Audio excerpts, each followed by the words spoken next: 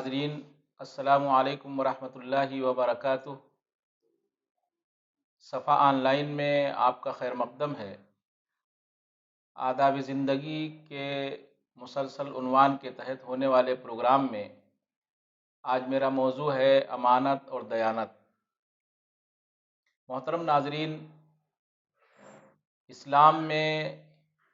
جن خوبیوں کو اور جن خصلتوں کو بہت زیادہ اجاگر کرنے کی طرف توجہ دی گئی ہے، ان میں ایک چیز امانت ہے۔ امانت عام طور پر ہم لوگ اردو کے جو حلقے میں رہتے ہیں ان لوگوں کے نزدیک ایک خاص مفہوم ہوتا ہے، مالی امانت،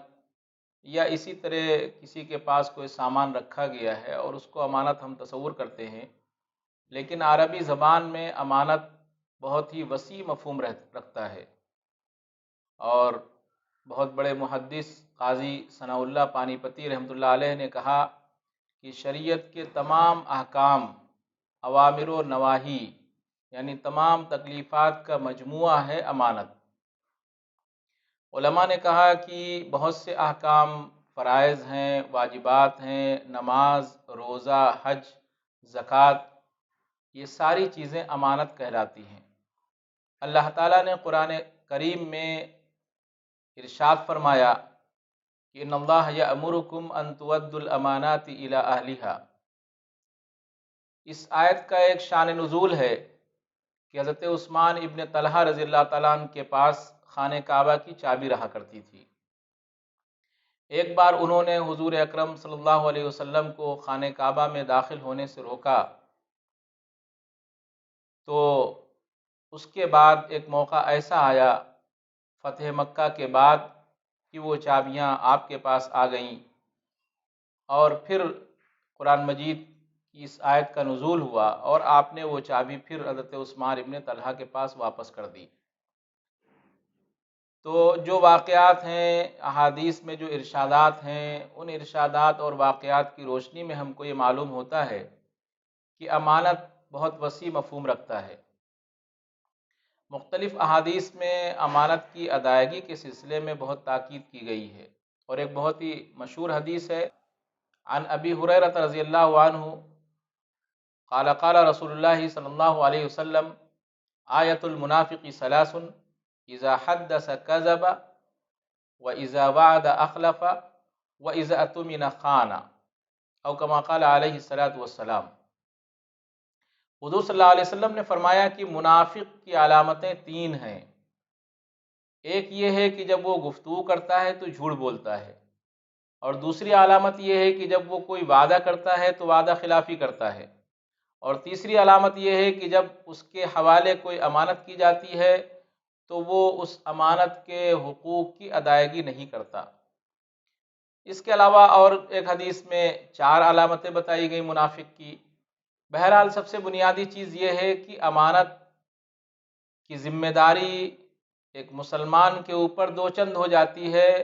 اور لوگوں کے مقابلے میں، اور اللہ تعالیٰ نے دوسری مخلوقات کے مقابلے میں انسان کو مکلف کیا امانت کا۔ قرآن مجید کی آیت میں ہے کہ اللہ تعالیٰ نے آسمانوں، زمین اور پہاڑوں کے سامنے امانت کو پیش کیا تو انہوں نے قبول کرنے سے انکار کر دیا۔ انسان نے امانت کے بار کو اٹھایا، تو انسان نے جب اس امانت کے بار کو اٹھایا ہے تو اس انسان کے اوپر بہت زیادہ ذمہ داریاں عائد ہوتی ہیں۔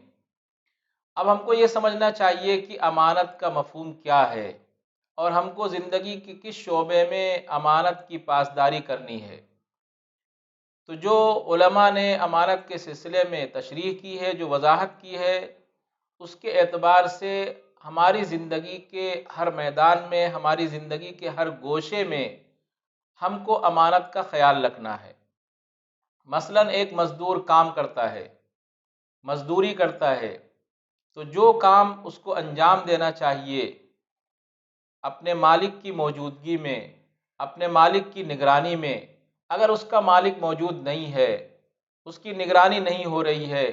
تب بھی پورے طور پر اپنے کام کو انجام دینا، یہ اس مزدور کی ذمہ داری ہے، اور یہی امانت ہے۔ اسی طرح ایک مدرس ہے،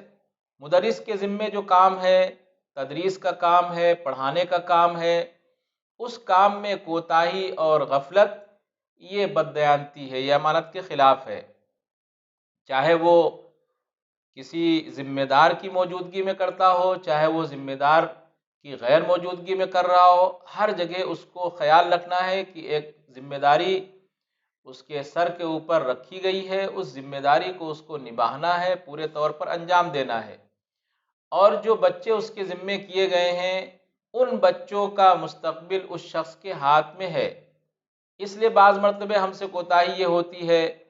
کہ اگر ہم کسی کی نگاہ میں ہیں، کسی کی نظر میں ہیں، کسی کی نگرانی میں ہیں، کسی کی دیکھ ریکھ میں ہیں، تو ہم اپنے کاموں کو پورے طور پر انجام دیتے ہیں، اور جیسے ہی ہمارے اوپر سے کوئی نگرانی ختم ہوتی ہے، کوئی نگاہ ختم ہوتی ہے، کوئی کیمرہ نہیں ہوتا ہے، کوئی نظر نہیں ہوتی ہے، تو ہم اپنے کاموں میں غفلت کرنے لگتے ہیں۔ تو یہ امانت کے خلاف ہے، یہ زندگی کے ہر شعبے میں یہ چیز پائی جائے گی۔ ایک ڈاکٹر جب اپنے مریض کا علاج کرتا ہے تو وہ مریض کا علاج ایک معاوضہ لیتا ہے،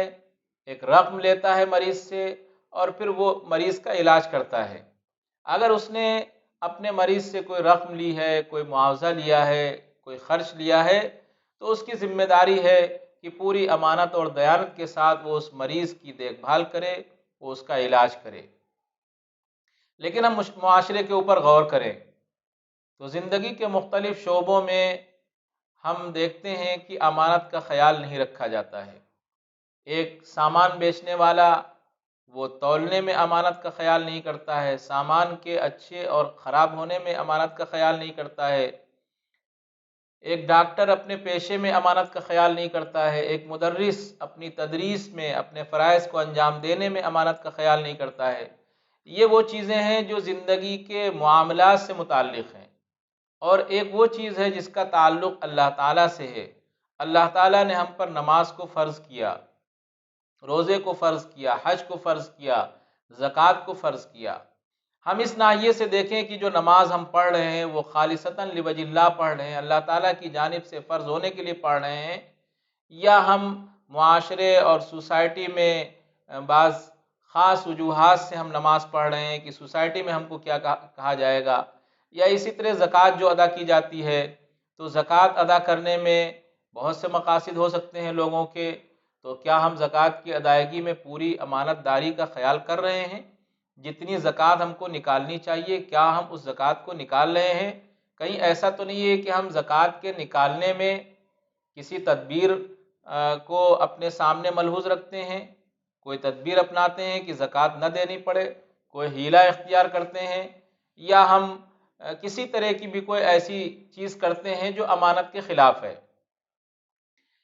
تو مقصد یہ ہے کہ زندگی کے کسی بھی میدان میں ہم جن کاموں کو انجام دیتے ہیں اس کو یہ سمجھ کر انجام دیں کہ اللہ تعالیٰ دیکھ رہا ہے، اللہ تعالیٰ کے یہاں اس کا جواب دینا ہے، اور وہ حاضر و ناظر ہے۔ ہم کو جو کام ہمارے ذمے کیا گیا ہے اس کام کو پوری ذمہ داری کے ساتھ، پوری امانت کے ساتھ، پوری دیانت کے ساتھ اس کو انجام دینا یہ ہمارا فرض ہے، اس سے کوتاہی اور غفلت کسی طرح بھی قابل قبول نہیں ہے۔ یہی فرق ہے ہماری زندگی میں اور صحابہ کرام کی زندگی میں۔ صحابہ کرام جس کام کو انجام دیتے تھے